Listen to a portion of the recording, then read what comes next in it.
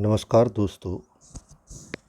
आज आपको उत्तराखंड बोर्ड परीक्षा 2017 विषय अर्थशास्त्र का हल प्रश्न पत्र का वीडियो प्रस्तुत किया जा रहा है। इससे पहले 2020, 2019 और 2018 के प्रश्न पत्रों का हल आपको प्रस्तुत किया। आशा है आपने इसका लाभ लिया होगा। 2017 का प्रश्न पत्र ये इस प्रकार से है और इसका जो फॉर्मेट था ये आपको बताया था। इस तरह से आपके प्रश्न हैं। इसमें खंड और पहला प्रश्न 1 अंक का है। सूक्ष्म अर्थशास्त्र की परिभाषा दीजिए। उत्तर है, सूक्ष्म अर्थशास्त्र में केवल एक व्यक्तिगत इकाई की आर्थिक क्रिया का अध्ययन किया जाता है। उदाहरणार्थ, एक उपभोक्ता का व्यवहार, एक उत्पादक या फर्म का द्वारा उत्पादन क्रिया आदि। दूसरा प्रश्न 1 अंक का, सामान्य वस्तुओं से क्या तात्पर्य है? इसका उत्तर है, सामान्य वस्तुएं ऐसी वस्तुएं हैं जिनका आय प्रभाव धनात्मक तथा कीमत प्रभाव ऋणात्मक होता है, जैसे गेहूं, चावल आदि। तीसरा प्रश्न ये भी 1 अंक का है। क्या मार्क का नियम गुणात्मक कथन है या परिमाणात्मक कथन? इसका सही उत्तर है, मार्क का नियम गुणात्मक कथन है। प्रश्न संख्या 4 जो 1 अंक का है, बाजार के किस रूप में एक फर्म कीमत स्वीकार करने की स्थिति में होती है? इसका सही उत्तर है, पूर्ण प्रतियोगी बाजार की स्थिति में एक फर्म कीमत स्वीकार करने की स्थिति में होती है। और प्रश्न संख्या 5 1 अंक का, सीमांत लागत ज्ञात करने का सूत्र क्या है? इसका उत्तर है, सीमांत लागत ज्ञात करने का सूत्र MC बराबर TCN माइनस TCN-1 या MC बराबर delta TC upon delta Q। ये 1 अंक के प्रश्न थे। और प्रश्न संख्या 6 जो 3 अंक का है, उत्पादन संभावना रेखा की अवधारणा को रेखाचित्र द्वारा स्पष्ट कीजिए। इसका उत्तर है, वस्तुओं एवं सेवाओं के ऐसे सभी संयोगों को प्रदर्शित करती है जिन्हें अर्थव्यवस्था में उपलब्ध संसाधनों एवं तकनीकी ज्ञान के साथ उत्पादित किया जा सकता है। इसको ये तालिका के सहायता से और रेखाचित्र के द्वारा प्रदर्शित किया गया है। कई विकल्प है A, B, C, D और E। पहला विकल्प है, गेहूं की 0 इकाइयाँ और मशीन यानी पूंजीगत वस्तु की 50,000 इकाइयाँ उत्पादित की जा रही हैं। इसी तरह से दूसरा विकल्प भी है, इसमें गेहूं 1 लाख टन का उत्पादन किया जा रहा है और जो मशीन पूंजीगत वस्तु है वो 40,000 इकाइयों का उत्पादन किया जा रहा है। और इस प्रकार से ये उत्पादन वक्र है।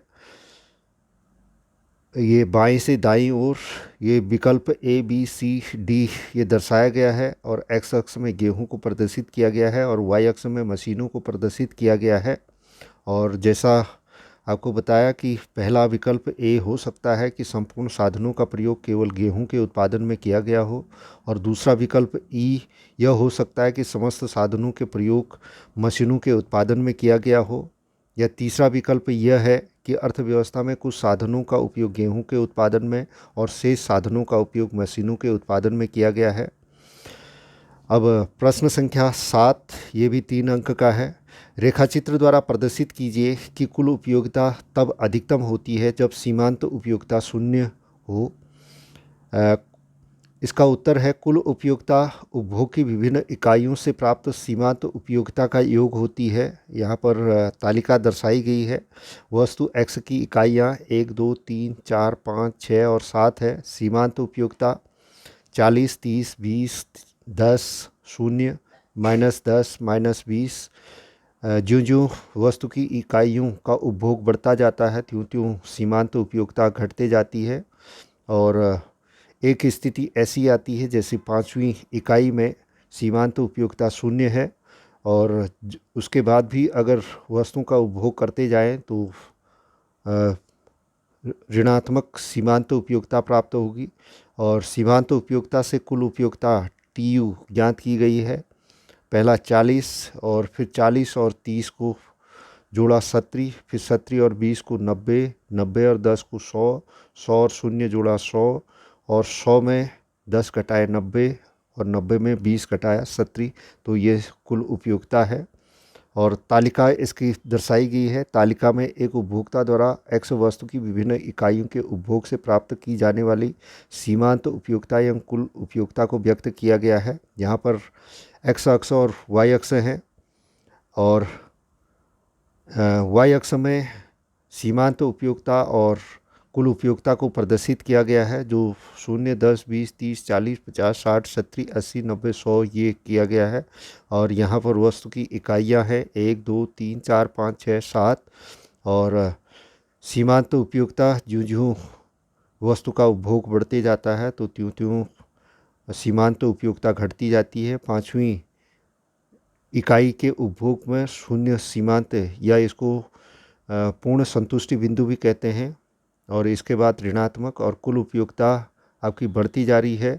और जहाँ पर सीमांत उपयोगिता 0 है और वहाँ पर कुल उपयोगिता अधिकतम होगी तो TU आपकी कुल उपयोगिता को दर्शाया है और MU सीमांत उपयोगिता को दर्शाया गया है। चित्र में ABC रेखा सीमांत उपयोगिता तथा ADEF वक्र कुल उपयोगिता रेखाएं हैं। कुल उपयोगिता और सीमांत उपयोगिता में संबंध, जब सीमांत उपयोगिता धनात्मक है चाहे घट रही हो तब कुल उपयोगिता बढ़ती है, बिंदु A से E तक की स्थिति है।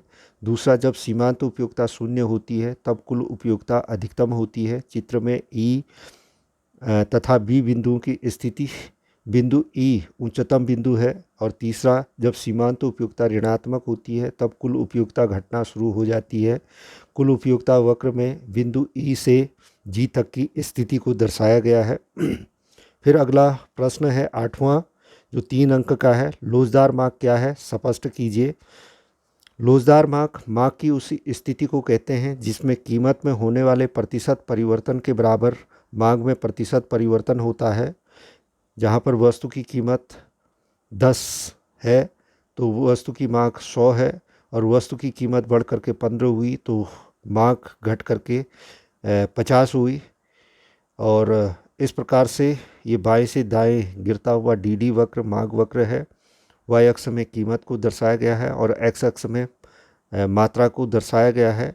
और इसमें कीमत में आनुपातिक परिवर्तन बराबर होता है मांग में आनुपातिक परिवर्तन, यानी जितनी कीमत में वृद्धि या कमी होती है उसी अनुपात में मांगी गई मात्रा में भी कमी या वृद्धि होती है। तो ये सामने आपके रेखाचित्र द्वारा दर्शाया गया है। फिर प्रश्न संख्या 9, निम्न तालिका को पूर्ण कीजिए। ये भी 3 अंक का है। यहाँ पर जो रिक्त स्थान हैं वो अंडरलाइन किए गए हैं।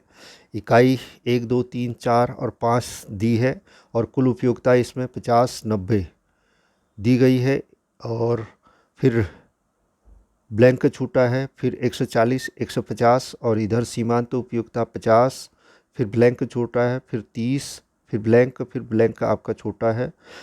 तो कुल उपयोगिता आपकी 50 है तो सीमांत उपयोगिता 50 होगी। और उसके बाद दूसरी इकाई में कुल उपयोगिता आपकी 90 है तो 90 में पहली की सीमांत उपयोगिता 50 को कटाएंगे तो 40 आएगा। और फिर उसके बाद 40 आपका 120 ये आपका आएगा, क्योंकि अगर 30 इसमें 90 में जोड़ेंगे तो 120 और 30 और 140 फिर 20 और 150 आपका 10, यानी 150 में ये आपका 140 में 150 तो ऋण 10 आपका आएगा। तो इस तरह से ये तालिका दर्शाई गई है। और क्वेश्चन नंबर 9 है, ये भी 3 अंक का है। उत्पादन फलन की अवधारणा को स्पष्ट कीजिए। और उत्पादन फलन उपादानों एवं उत्पादनों के फलनात्मक संबंध को उत्पादन फलन कहा जाता है। उत्पादन फलन हमें यह बताता है कि एक निश्चित अवधि में उपादानों के परिवर्तन से उत्पादन आकार में किस प्रकार और कितनी मात्रा में परिवर्तन होता है। इस प्रकार उपादानों की मात्रा और उत्पादन की मात्रा के भौतिक संबंध को उत्पादन फलन कहा जाता है। उत्पादन केवल भौतिक मात्रात्मक संबंध पर आधारित है, इसमें मूल्यों का समावेश नहीं होता। और उत्पादन फलन Qx बराबर होता है FABCD, जहाँ Qx वस्तु x का भौतिक उत्पादन एवं ABC एवं D उत्पत्ति के विभिन्न साधन हैं। उत्पादन फलन आर्थिक समस्या न होकर एक तकनीकी समस्या है।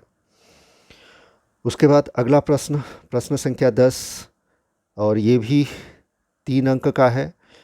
प्रश्न है, पूर्ण प्रतियोगिता एवं एकाधिकार की दशा में एक फर्म की औसत आगम तथा सीमांत आगम रेखाओं को प्रदर्शित कीजिए। तो पूर्ण प्रतियोगिता में औसत आगम और सीमांत आगम।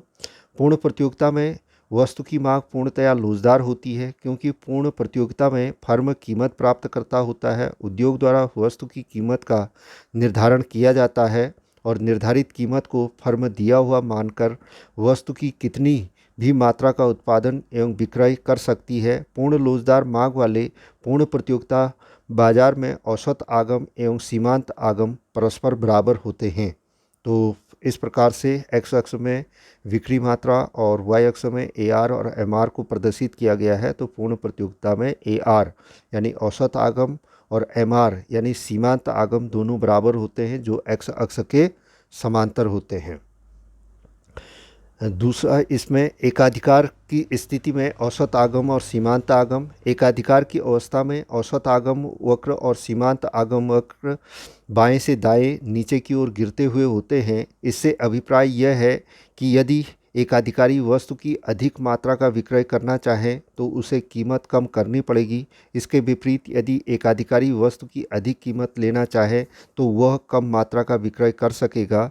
सीमांत आगम वक्र में कमी की दर अधिक होने के कारण MR वक्र AR वक्र की तुलना में अधिक तेज़ी से गिरकर AR वक्र के नीचे हो जाता है। तो इस प्रकार से रेखाचित्र में दर्शाया गया है, दोनों बाएं से दाईं ओर नीचे गिरते हुए हैं और MR जो है AR से अधिक नीचे है। और फिर अगला प्रश्न संख्या 11 है। 11, उदासीनता वक्र की विशेषताओं का वर्णन कीजिए। ये 4 अंक का है। तो पहली विशेषता है, उदासीनता वक्र बाएं से दाएं नीचे गिरता हुआ होता है। दूसरा, ऊंचा उदासीनता वक्र नीचे उदासीनता वक्र की तुलना में ऊंचे संतुष्टि स्तर को बताता है। तीसरा है, एक ही उपभोक्ता के 2 उदासीनता वक्र एक दूसरे को कभी नहीं काटते। चौथी विशेषता है, उदासीनता वक्र कभी भी किसी अक्ष को स्पर्श नहीं करते। और 5वां है, उदासीनता वक्र मूल बिंदु की ओर उन्नतोदर होता है। और छठा है, उदासीन वक्रों का समांतर होना आवश्यक नहीं है। और 7वां है, उदासीनता वक्र की वक्रता 2 वस्तुओं के मध्य स्थानापन्न एवं पूरकता के अंश को बताती है। और 8वां है, उदासीनता वक्र गोलाकार भी हो सकता है। अगला प्रश्न संख्या 12, स्थिर लागतों एवं परिवर्तनशील लागतों के बीच अंतर बताइए और प्रत्येक के 2-2 उदाहरण दीजिए। ये भी आपके 4 अंक का है। और स्थिर लागत एवं परिवर्तनशील लागत में अंतर। स्थिर लागत और परिवर्तनशील लागत अलग अलग कॉलम में दिए गए हैं। पहला, स्थिर लागत, इसका संबंध उत्पादन के स्थिर साधनों से होता है, जबकि परिवर्तनशील लागत, इसका संबंध उत्पादन के परिवर्तनशील साधनों से होता है। स्थिर लागत उत्पादन की मात्रा के परिवर्तन से नहीं बदलती, अर्थात उत्पादन आकार घटने या बढ़ने पर भी कुल स्थिर लागत में कोई बदलाव नहीं आता। लेकिन परिवर्तनशील लागत उत्पादन की मात्रा के परिवर्तन से बदलती है, अर्थात उत्पादन आकार बढ़ने पर कुल परिवर्तनशील लागत बढ़ती है तथा उत्पादन आकार घटने पर यह घटती है।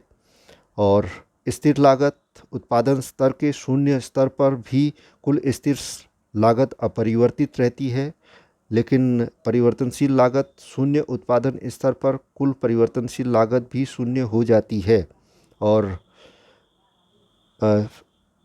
स्थिर लागत में का रेखीय रूप में TFC टोटल फिक्स्ड कॉस्ट वक्र एक्स अक्ष के समांतर होता है, लेकिन परिवर्तनशील लागत का जो वक्र रेखीय रूप में यानी TVC टोटल वेरिएबल कॉस्ट वक्र उल्टा एस आकृति का होता है।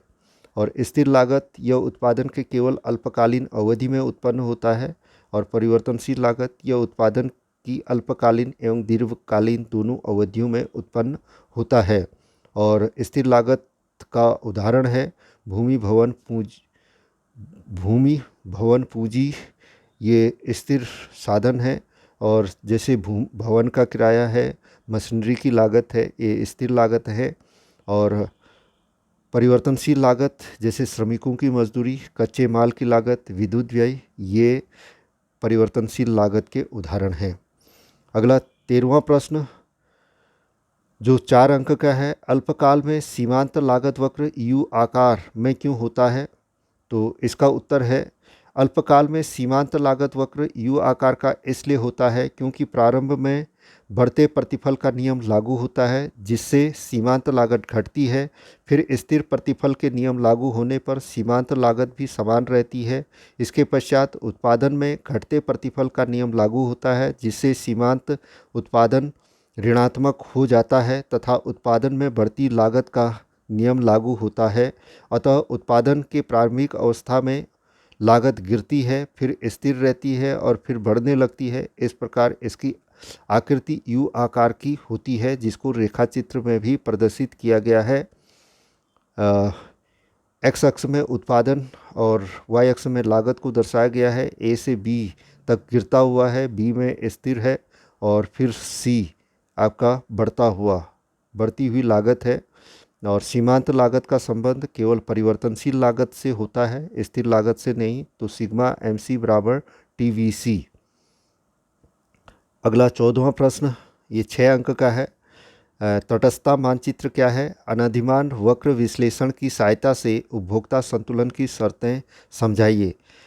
तटस्थता मानचित्र या उदासीनता मानचित्र या अनधिमान मानचित्र एक उदासीनता वक्र संतुष्टि के एक निश्चित स्तर को बताता है। भिन्न भिन्न संतुष्टि स्तरों को बताने वाले विभिन्न उदासीनता वक्रों या तटस्थता वक्रों का समूह उदासीनता या तटस्थता मानचित्र कहलाता है, जिसको रेखाचित्र द्वारा प्रदर्शित किया गया है। एक्स अक्ष एक्स वस्तु और वाई अक्ष में वाई वस्तु, और IC1, IC2, IC3 और IC4 विभिन्न तटस्थता मानचित्र दिए गए हैं। चित्र में 4 ये तटस्थता वक्र हैं, और जहाँ पर IC1 संतुष्टि के निम्नतम स्तर को और IC4 संतुष्टि के उच्चतम स्तर को बताता है।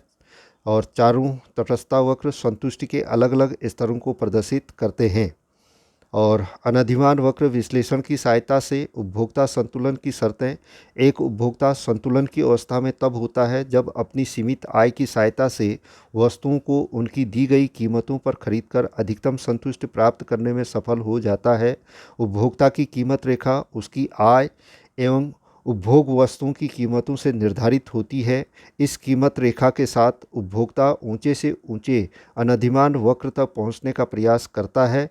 अनधिमान वक्र विश्लेषण में उपभोक्ता के संतुष्टि के संतुलन की 2 शर्तें हैं। पहला, उदासीनता वक्र कीमत रेखा को स्पर्श करे, यानी मात्रात्मक रूप में एक्स वस्तु की वाई वस्तु के लिए सीमांत प्रतिस्थापन दर एक्स तथा वाई वस्तुओं की कीमतों के अनुपात के बराबर होनी चाहिए। MRS/XY बराबर PX/PY, यानी कीमत रेखा का ढाल बराबर उदासीनता वक्र का ढाल। इसको रेखाचित्र के द्वारा प्रदर्शित किया गया है। जहाँ पर उपभोक्ता संतुलन ई बिंदु है, वहाँ पर संतुलन की पहली शर्त पूरी हो रही है, और RS कीमत रेखा है, और IC तटस्थता वक्र या अनधिमान वक्र है। और दूसरी शर्त है स्थायी संतुलन के लिए संतुलन बिंदु पर उदासीनता वक्र मूल बिंदु की ओर उन्नतोदर यानी उत्तल होनी चाहिए, और संतुलन बिंदु पर MRS/XY घटती हुई होनी चाहिए। यहाँ पर रेखाचित्र द्वारा प्रदर्शित किया गया है। 2 वक्र हैं, IC1 और IC2, और चित्र में के बिंदु पर यद्यपि संतुलन की पहली शर्त पूरी हो रही है, किंतु के पर संतुलन की स्थिति स्थायी नहीं है, क्योंकि के बिंदु पर MRSXY बढ़ता हुआ है और बिंदु E अंतिम संतुलन बिंदु है जहाँ पर MRSXY घटती हुई है। तो E बिंदु पर संतुलन की दूसरी शर्त पूरी होती है। अगला प्रश्न है 15वां प्रश्न, और ये भी 6 अंक का है। पूर्ति की कीमत लोच की विभिन्न श्रेणियों को रेखाचित्र द्वारा स्पष्ट कीजिए। तो पूर्ति की कीमत लोच किसी वस्तु की कीमत में होने वाले परिवर्तन के परिणाम स्वरूप उसकी पूर्ति में होने वाले परिवर्तन की माप है, अथवा एक वस्तु की पूर्ति की मात्रा में होने वाले प्रतिशत परिवर्तनों को वस्तु की कीमत के प्रतिशत परिवर्तन से विभाजित करने पर पूर्ति की लोच ज्ञात की जा सकती है। पूर्ति की लोच की 5 श्रेणियां हैं। पहली श्रेणी है पूर्णतया लोचदार पूर्ति। जब कीमत में परिवर्तन न होने पर भी अथवा सूक्ष्म परिवर्तन होने पर भी पूर्ति में बहुत अधिक परिवर्तन हो जाता है, तब वस्तु की पूर्ति लोच पूर्णतया लोचदार होती है। यहाँ पर तालिका में भी दर्शाया गया है कीमत रुपये में और पूर्ति मात्रा में। कीमत 5 रुपये है तो पूर्ति 6 इकाई है, और कीमत समान है 5 रुपये ही, लेकिन पूर्ति बढ़ करके 10 है। और यहाँ रेखाचित्र में दर्शाया गया है SS आपका पूर्ति वक्र है जो x अक्ष के समांतर है। कीमत में कोई परिवर्तन नहीं हुआ, लेकिन पूर्ति आपकी Q से बढ़ करके Q1 होगी। और SS पूर्णतया लोचदार पूर्ति वक्र है जो x अक्ष के समांतर है। दूसरा, इकाई से अधिक लोचदार पूर्ति। जब किसी वस्तु की पूर्ति में प्रतिशत परिवर्तन कीमत में होने वाले प्रतिशत परिवर्तन से अधिक होता है, तब पूर्ति की लोच इकाई से अधिक होती है। इसको तालिका और रेखाचित्र के द्वारा प्रदर्शित किया गया है।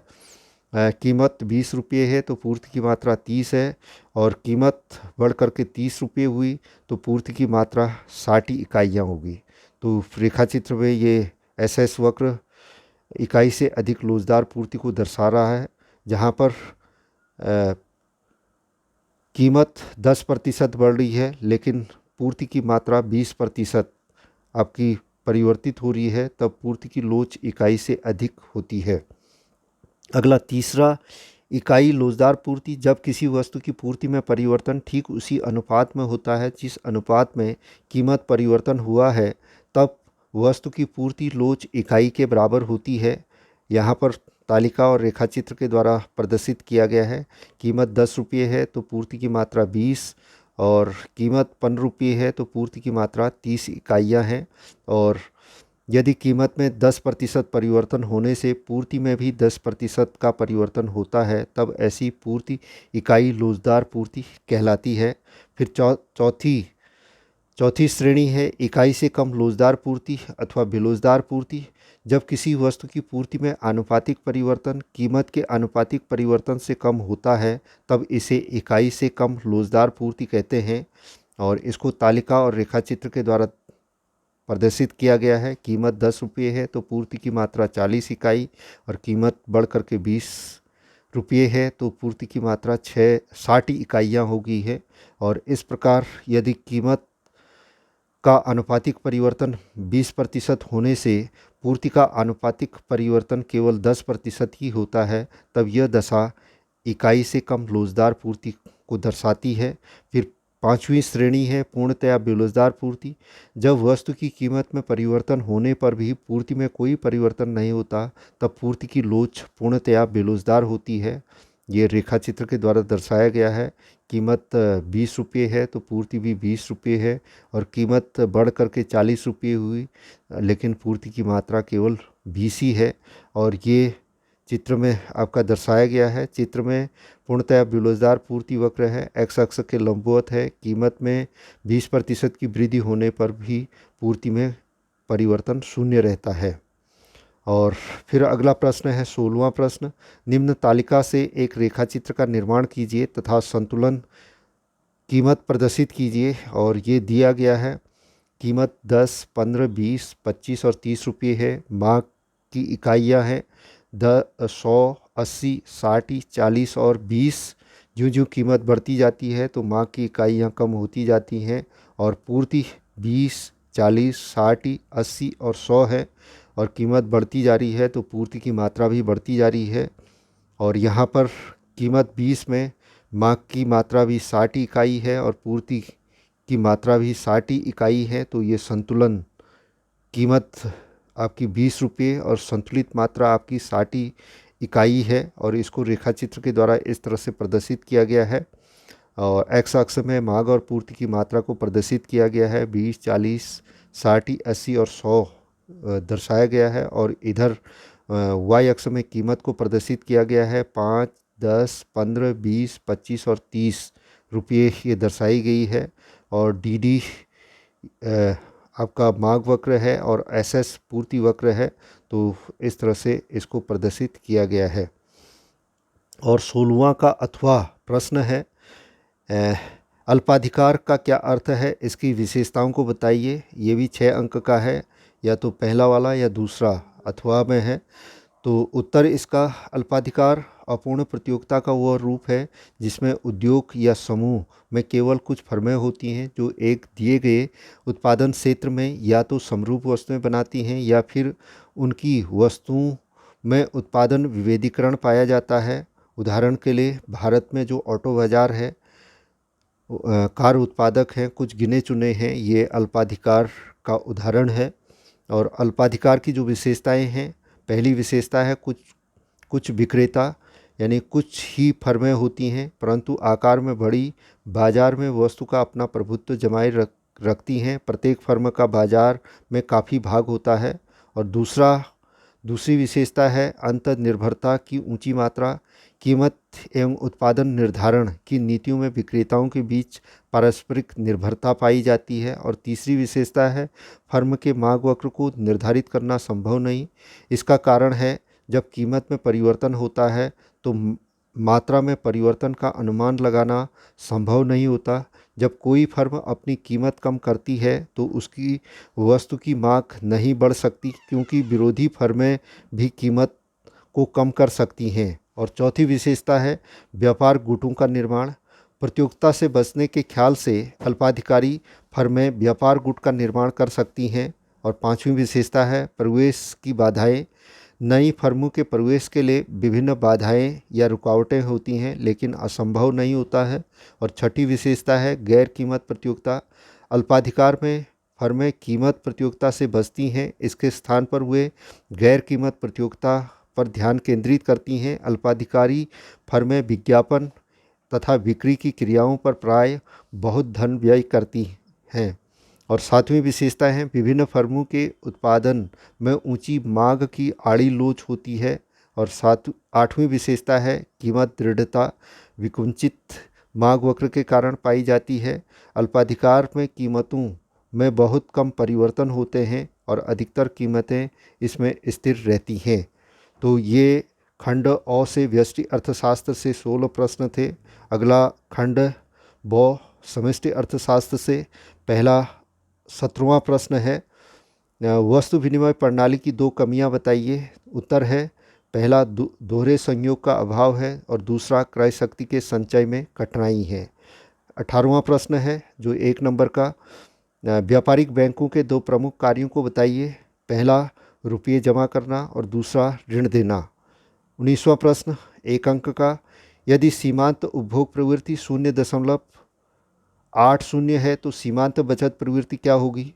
और जिस उत्तर इसका सूत्र है MPC प्लस MPS बराबर 1 है। तो MPS आपका ज्ञात करना है, तो MPS बराबर 1 माइनस MPC होगा। और 1 माइनस MPC दिया गया है 0.80, तो 1 में 0.8 को घटाएंगे तो 0.20 इसका उत्तर आएगा। और अगला प्रश्न 20वां जो 1 अंक का है, सीमांत उपभोग प्रवृत्ति के रूप में निवेश गुणक का सूत्र बताइए। तो निवेश गुणक यानी K बराबर है 1/1 माइनस MPC। और 21वां ए भी 1 नंबर का है, यदि $2 के लिए 130 की आवश्यकता, ₹130 की आवश्यकता है तो रुपये की विनिमय दर बताइए। $2 बराबर 130 रुपये है, तो $1 बराबर 130/2 बराबर ₹65। और अगर रुपये के रूप में करें तो ₹130 बराबर $2 या ₹1 बराबर 2/130 बराबर 1/5 65 बराबर 0.01538 और उसके बाद 22वां प्रश्न जो 3 नंबर का है, समष्टि अर्थशास्त्र की प्रमुख विशेषताओं का उल्लेख कीजिए। नंबर 1, समष्टि अर्थशास्त्र में कुल राष्ट्रीय आय, कुल उत्पादन, कुल रोजगार तथा सामान्य कीमत स्तर का अध्ययन किया जाता है। दूसरा, इसमें संपूर्ण अर्थव्यवस्था के लिए आर्थिक नीतियां बनाई जाती हैं। तीसरा, समष्टि चरों जैसे राष्ट्रीय बचत, विनियोग, सकल राष्ट्रीय उत्पाद, समग्र मांग एवं पूर्ति का अध्ययन किया जाता है। चौथा, इसमें राजकोषीय नीति, मौद्रिक नीति व आय नीति जैसे उपकरणों का समावेश होता है। और पांचवा, आर्थिक विकास के सिद्धांत पर आधारित होता है। 23वां प्रश्न ये भी 3 अंक का है, आय के चक्रीय प्रवाह की व्याख्या कीजिए। इसका उत्तर है, उत्पादन के विभिन्न साधनों के पारस्परिक सहयोग से उत्पादन कार्य संपन्न होता है। उत्पादन में संलग्न साधनों को प्रतिफल प्राप्त होता है। उत्पादन साधनों के स्वामी केवल साधन पूर्तिकर्ता ही नहीं वरन वे उपभोक्ता भी होते हैं। अतः वे साधनों से अर्जित आय को उपभोग पर व्यय करते हैं। इससे उत्पादकों को आय प्राप्त होती है। अर्थव्यवस्था में उत्पादन, आय तथा व्यय का जो निरंतर प्रवाह होता रहता है उसे आय का चक्रीय प्रवाह कहते हैं। इस चक्रीय प्रवाह का न कोई आरंभ होता है और न कोई अंत। उत्पादन, आय और व्यय ये एक चक्र के रूप में है और ये चक्रीय प्रवाह इसलिए भी होता है कि आय के चक्रीय प्रवाह में विभिन्न क्षेत्रों की प्राप्तियों और भुगतानों का प्रवाह बराबर होता है। और दूसरा, प्रत्येक वास्तविक प्रवाह यानी वस्तुओं और सेवाएं जिस दिशा में होती हैं उसका मौद्रिक प्रवाह उसकी विपरीत दिशा में होता है। इसी का अथवा है 23वां, स्टॉक और प्रवाह का अर्थ उदाहरण सहित स्पष्ट कीजिए।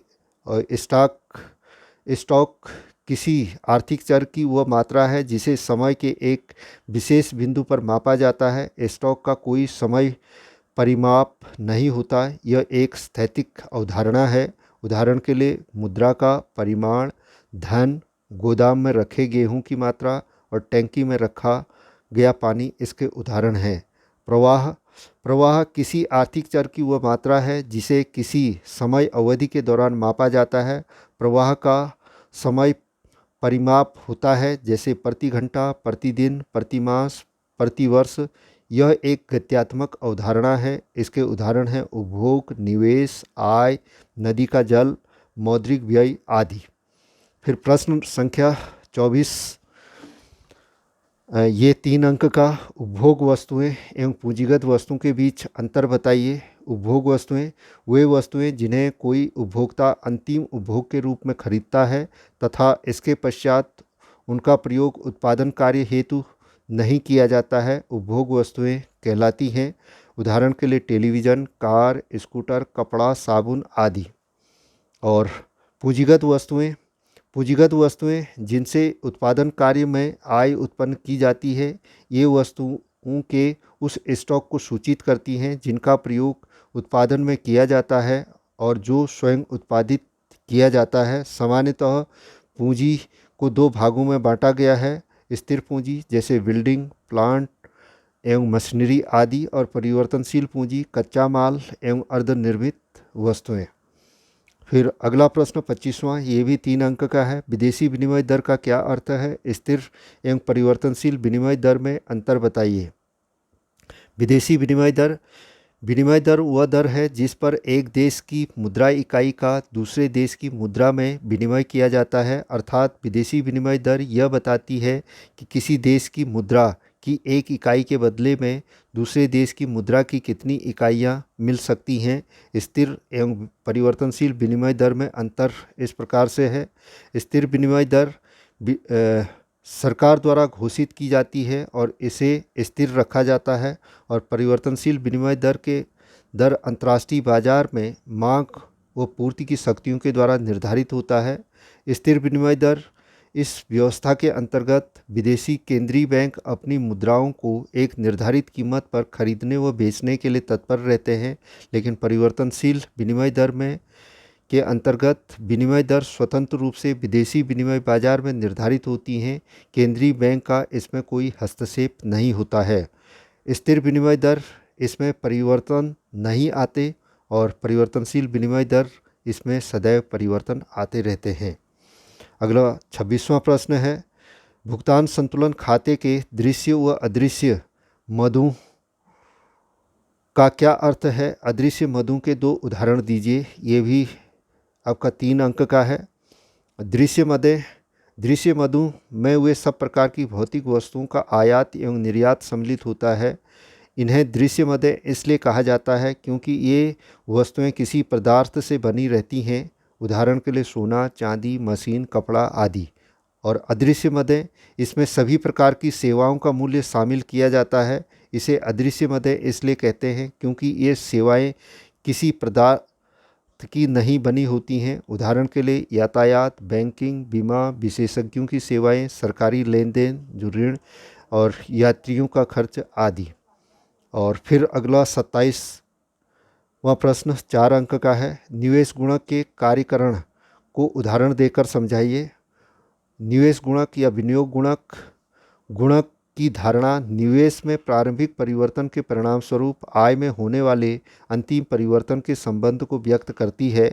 यदि किसी अर्थव्यवस्था में ₹10 करोड़ का प्रारंभिक निवेश करने से आय में अंतिम वृद्धि ₹60 करोड़ की है, तो 60/10 बराबर 6 का अंक गुणक कहलाएगा। निवेश गुणक के कार्यकरण 2 प्रक्रियाएं हैं। अनुकूल प्रक्रिया, गुणक के अनुकूल प्रक्रिया से प्रकट होता है कि निवेश में होने वाली वृद्धि के फलस्वरूप आय में कई गुना वृद्धि होगी।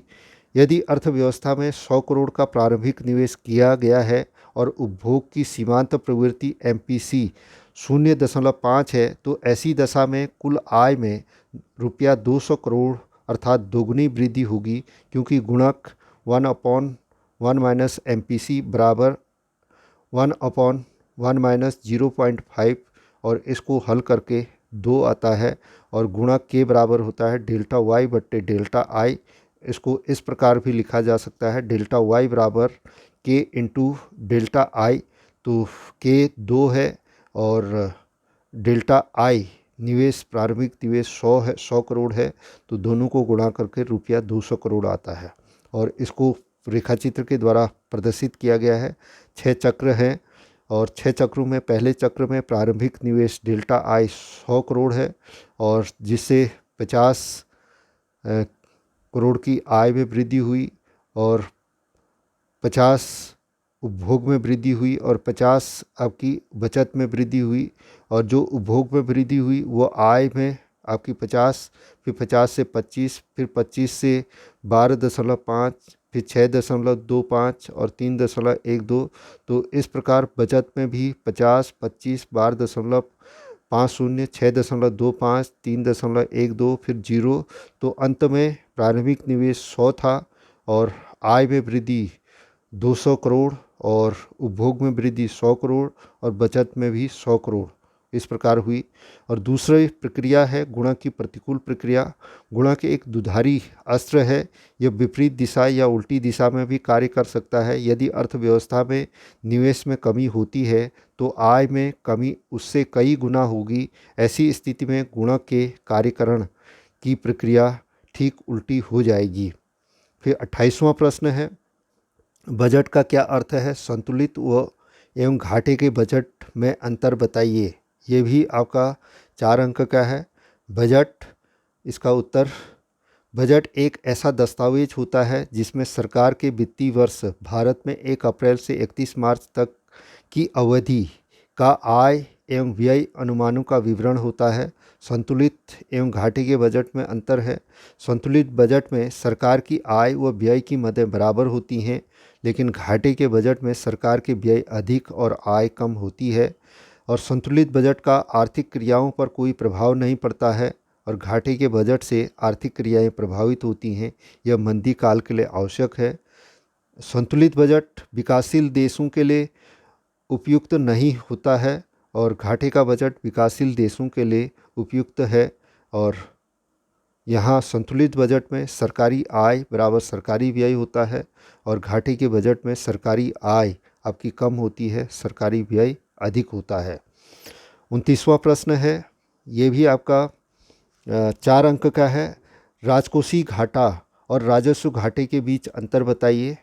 और राजकोषीय घाटा और राजस्व घाटा, राजकोषीय घाटा यह कुल प्राप्तियों यानी उधार के अतिरिक्त पर कुल व्यय का आधिक्य है। और राजकोषीय घाटे का जो सूत्र होता है, राजकोषीय घाटा बराबर होता है बजट व्यय ऋण बजट प्राप्तियां और बजट प्राप्तियों में उधार के अतिरिक्त जो प्राप्तियां हैं। और राजस्व घाटा या राजस्व प्राप्तियों पर राजस्व व्यय का आधिक्य है। राजस्व घाटा का जो सूत्र होता है, राजस्व घाटा बराबर राजस्व व्यय ऋण राजस्व प्राप्तियां। और राजकोषीय घाटा यह ब्याज के भुगतान सहित सरकार की उधार लेने की सीमा को प्रकट करता है। और राजस्व घाटा यह बजटीय व्यय को प्रबंधित करने हेतु सरकार की उधार की आवश्यकता को प्रकट करता है। और राजकोषीय घाटा उच्च राजकोषीय घाटा यानी उधार के रूप में देश में राजकोषीय अनुशासन के अभाव को प्रकट करता है। यह जीडीपी समृद्धि की प्रक्रिया में बाधा डालता है। लेकिन उच्च राजस्व घाटा निम्न कर प्राप्तियों तथा आर्थिक सहायता पर उच्च व्यय के कारण उत्पन्न होती है। यह देश में संपूर्ण निर्धनता को प्रकट करता है। और फिर तीसवां प्रश्न जो 6 अंक का है, केंद्रीय बैंक के प्रमुख कार्यों की व्याख्या कीजिए। केंद्रीय बैंक के कार्य हैं, पहला कार्य है नोट निर्गमन का एकाधिकार। वर्तमान समय में संसार के प्रत्येक देश में नोट छापने का एकाधिकार केवल केंद्रीय बैंक को ही है। और केंद्रीय बैंक द्वारा जारी किए गए नोट देश में असीमित विधिग्राही के रूप में घोषित होते हैं। दूसरा है सरकार का बैंकर एजेंट एवं वित्तीय परामर्शदाता। केंद्रीय बैंक सरकार के बैंक के रूप में वे सभी कार्य करता है जो सभी व्यापारिक बैंक अपने ग्राहकों के लिए करता है। सरकार के बैंकर के रूप में सरकार के लिए लेखा रखने, उसकी ओर से भुगतान करने, ऋण की व्यवस्था करने, ऋण एवं ब्याज का भुगतान करने, सरकार को उधार देने आदि कार्य करता है। और सरकार के एजेंट के रूप में केंद्रीय बैंक विदेशों से लेन देन के समझौते करने, अंतर्राष्ट्रीय संस्थाओं और सम्मेलनों में केंद्रीय बैंक के विशेषज्ञ सरकार के प्रतिनिधि के रूप में कार्य करते हैं। और केंद्रीय बैंक सरकार की आर्थिक नीतियां जैसे घाटे की वित्त व्यवस्था, अवमूल्यन, व्यापार नीति, विदेशी विनिमय आदि से परामर्शदाता का कार्य करता है। तीसरा कार्य है बैंकों का बैंक। केंद्रीय बैंक देश के अन्य बैंकों के साथ लगभग वही संबंध होता है जो एक साधारण बैंक का अपने ग्राहक के साथ होता है तथा अन्य बैंकों के नगद कोषों का कुछ भाग अपने पास जमा के रूप में रखता है। और चौथा केंद्रीय बैंक का कार्य है अंतिम ऋणदाता। जब किसी व्यापारिक बैंक को वित्तीय संकट के दौरान कहीं से भी ऋण प्राप्त नहीं हो पाता तो वह केंद्रीय बैंक से अंतिम सहारे के रूप में ऋण की मांग कर सकता है। पांचवा कार्य है विदेशी विनिमय कोष का संरक्षण। केंद्रीय बैंक विदेशी विनिमय कोष के संरक्षक के रूप में भी कार्य करता है। विदेशी विनिमय दरों में न्यूनतम उतार चढ़ाव रखने के लिए केंद्रीय बैंक बाजार से विदेशी विनिमय खरीदती अथवा भेजती है। और छठा कार्य है समाशोधन गृह कार्य। केंद्रीय बैंक के समाशोधन गृह कार्य का अर्थ वह विभिन्न देशों विभिन्न बैंकों के एक दूसरे के लेन देन न्यूनतम नकदी के साथ निपटा देता है, क्योंकि प्रत्येक बैंक के कोष तथा खाते केंद्रीय बैंक के पास होते हैं। सातवां कार्य है साख नियंत्रण। केंद्रीय बैंक साख मुद्रा की मात्रा को देश की मौद्रिक आवश्यकताओं के अनुसार कमी या वृद्धि करता है, जिसे साख नियंत्रण कहते हैं। और आठवां है विकासात्मक कार्य। केंद्रीय बैंक के द्वारा विकासात्मक कार्यों में संगठित बैंकिंग प्रणाली का विस्तार, मुद्रा की पूर्ति सुनिश्चित करना, विनियोग प्रोत्साहन, कृषि वित्त का प्रबंधन करना, औद्योगिक वित्त प्रबंधन करना है। और फिर नौवां केंद्रीय बैंक के कार्य अन्य कार्य हैं। पहला आंकड़े एकत्रित करना। वित्त बैंकिंग करेंसी कीमतों तथा विदेशी विनिमय आदि से संबंधित आंकड़े एकत्रित करती है जो नीति निर्माण में सहायक होते हैं। सेकंड है अंतर्राष्ट्रीय वित्तीय संस्थाओं से संबंध। केंद्रीय बैंक अनेक अंतर्राष्ट्रीय वित्तीय संस्थाओं से संबंध रखता है, उनके सम्मेलनों में अपने प्रतिनिधि भेजता है। थर्ड है बैंकों का सर्वेक्षण। केंद्रीय बैंक देश के व्यापारिक बैंकों का निरीक्षण, संचालन एवं नियंत्रण भी करता है। केंद्रीय बैंक बैंकों को लाइसेंस जारी करता है। और चौथा, विकास गोष्ठी का आयोजन। केंद्रीय बैंक अपनी नीतियों को व्यावसायिक बैंकों तक पहुंचाने तथा बैंकों से सुझाव एकत्रित करने के लिए विकास गोष्ठियों का आयोजन करता है। और फिर अगला प्रश्न 31वां, जो 6 अंक का है। निम्न आंकड़ों के आधार पर कुल राष्ट्रीय उत्पाद की बाजार मूल्य पर गणना कीजिए। और दो चीज़ें यहाँ पर दी गई हैं। कुल घरेलू उत्पाद बाजार मूल्य पर दिया गया है 50,720 करोड़ रुपये। और दूसरा दिया गया है विदेशों से प्राप्त शुद्ध साधन आय 2,400 करोड़ रुपये। और हमें ज्ञात करनी है कुल राष्ट्रीय उत्पाद और कुल घरेलू उत्पाद दी है और विदेशों से प्राप्त शुद्ध साधन आय दी गई है। तो इसका जो सूत्र होता है, बाजार मूल्य पर कुल राष्ट्रीय उत्पाद बराबर होता है बाजार मूल्य पर कुल घरेलू उत्पाद धन विदेशों से प्राप्त शुद्ध साधन आय। अगर शॉर्ट में कहें तो जीएनपी एमपी बराबर होता है GDP MP plus NFIA, net factor income from abroad, यानी विदेशों से प्राप्त शुद्ध साधन आय। अगर दोनों को जोड़ें 50,720 और 2,400 को जोड़ें तो ये 53,120 करोड़ रुपया आता है। तो ये जीएनपी एमपी है। और इसी का अथवा है 31वां, जो 6 अंक का। राष्ट्रीय आय गणना की व्यय विधि की व्याख्या कीजिए। राष्ट्रीय आय की गणना करने की व्यय विधि, जिसमें अंतिम व्यय की माप के आधार पर राष्ट्रीय आय की गणना की जाती है। इस विधि के अनुसार एक लेखा वर्ष में बाजार कीमत पर सकल घरेलू उत्पाद पर किए गए अंतिम व्यय को मापा जाता है। यह अंतिम व्यय बाजार कीमत पर सकल घरेलू उत्पाद जीडीपी एमपी कहलाता है। व्यय विधि के जो कदम हैं, पहला कदम है अंतिम व्यय करने वाली आर्थिक इकाइयों की पहचान। सर्वप्रथम एक देश की घरेलू सीमा में ऐसी आर्थिक इकाइयों की पहचान की जाती है जो अंतिम व्यय करती है। अंतिम व्यय अंतिम उपभोग तथा अंतिम निवेश पर किया जाता है। और अंतिम व्यय करने वाली 4 प्रमुख आर्थिक इकाइयां हैं। पहला परिवार क्षेत्र, दूसरा उत्पाद क्षेत्र, तीसरा सरकारी क्षेत्र और चौथा शेष विश्व क्षेत्र। दूसरा चरण है अंतिम व्यय का वर्गीकरण। और ये वर्गीकरण है, फर्स्ट निजी अंतिम उपभोग व्यय, सेकंड सरकारी अंतिम उपभोग व्यय, थर्ड सकल स्थायी पूंजी निर्माण, फोर्थ स्टॉक में परिवर्तन और फिफ्थ शुद्ध निर्यात। फिर तीसरा चरण है अंतिम व्यय की गणना। इसके लिए अग्र 2 प्रकार के आंकड़ों की आवश्यकता पड़ती है। फर्स्ट है सकल बिक्री की मात्रा और सेकंड है फुटकर कीमतें।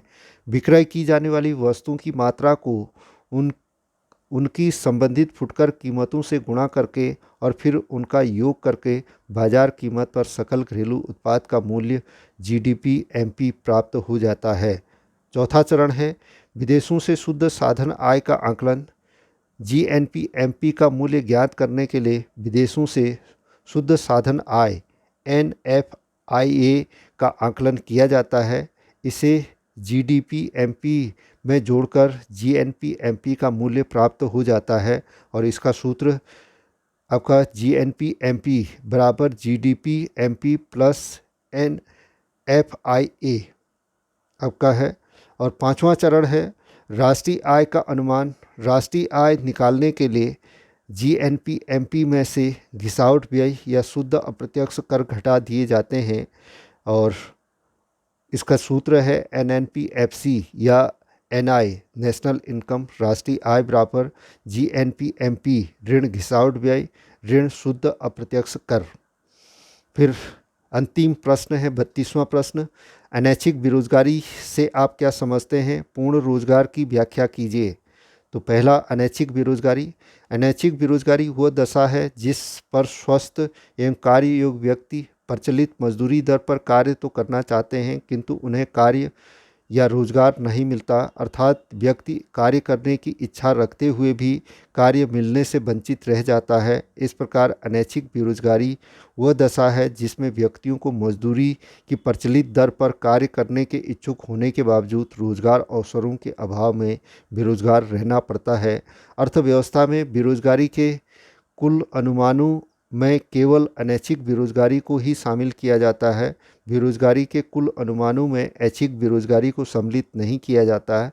ऐच्छिक बेरोजगारी वह दशा है जिसमें व्यक्ति रोजगार अवसर उपलब्ध होते हुए भी मजदूरी की प्रचलित दर पर कार्य करने को तैयार नहीं होता। दूसरा इसमें पूर्ण रोजगार।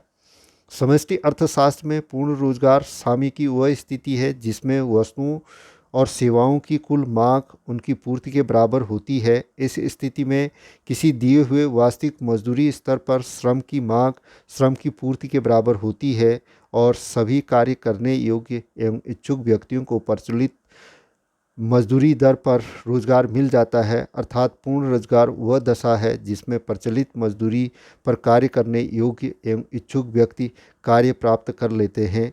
पूर्ण रोजगार शून्य बेरोजगारी की स्थिति नहीं है।